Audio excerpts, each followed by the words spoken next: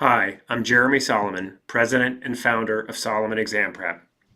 If you're studying for a FINRA Series 6, Series 7, Series 24, Series 26, Series 79, any of those exams, or the NASAA Series 65 exam, then you need to know about the delivery of a prospectus.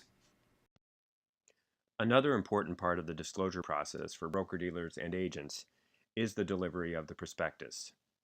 The prospectus is the detailed description of the new issue, of the securities issue, and it must be provided to every investor interested in purchasing a new issue, emphasis on new.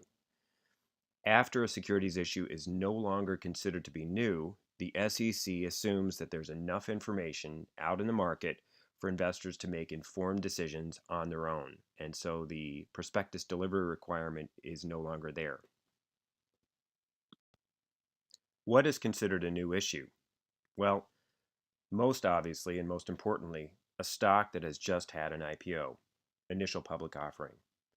So for example, if Shack Shake goes public and you buy shares shortly after the IPO, you will be given a prospectus. For stocks that go public on an exchange, like the New York Stock Exchange or NASDAQ, the prospectus has to be given to anyone who buys stock up to 25 days after the IPO. And after that, it is no longer considered a new issue if it's exchange listed. For stocks that go public over the counter, or OTC, the prospectus has to be given for up to 90 days after the IPO.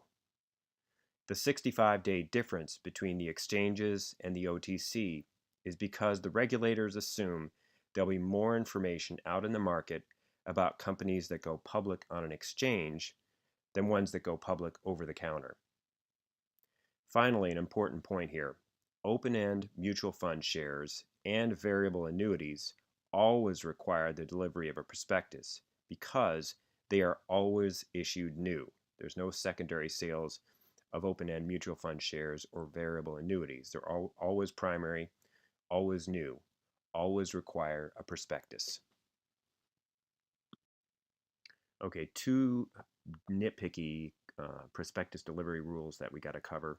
Number one, in an IPO, investors in an IPO, that's the very first time the shares have been issued, the broker-dealer must give customers a preliminary prospectus at least 48 hours before the IPO. That is before the customer purchases the shares. So they have to get a preliminary prospectus at least 48 hours before they get the shares. And number two, when delivery of a final prospectus is required, it must be made no later than when the customer trade confirmation is delivered. So those are two rules you probably should memorize. What these requirements boil down to is the fact that a broker-dealer or agent must keep their customers apprised of all important information related to new issues. This means that broker-dealers and agents must offer full disclosure, which is in essence what a prospectus is meant to provide. By making the prospectus available to customers, broker-dealers and agents are performing their duties. Failure to provide the prospectus in a timely manner will result in regulatory actions against the firm.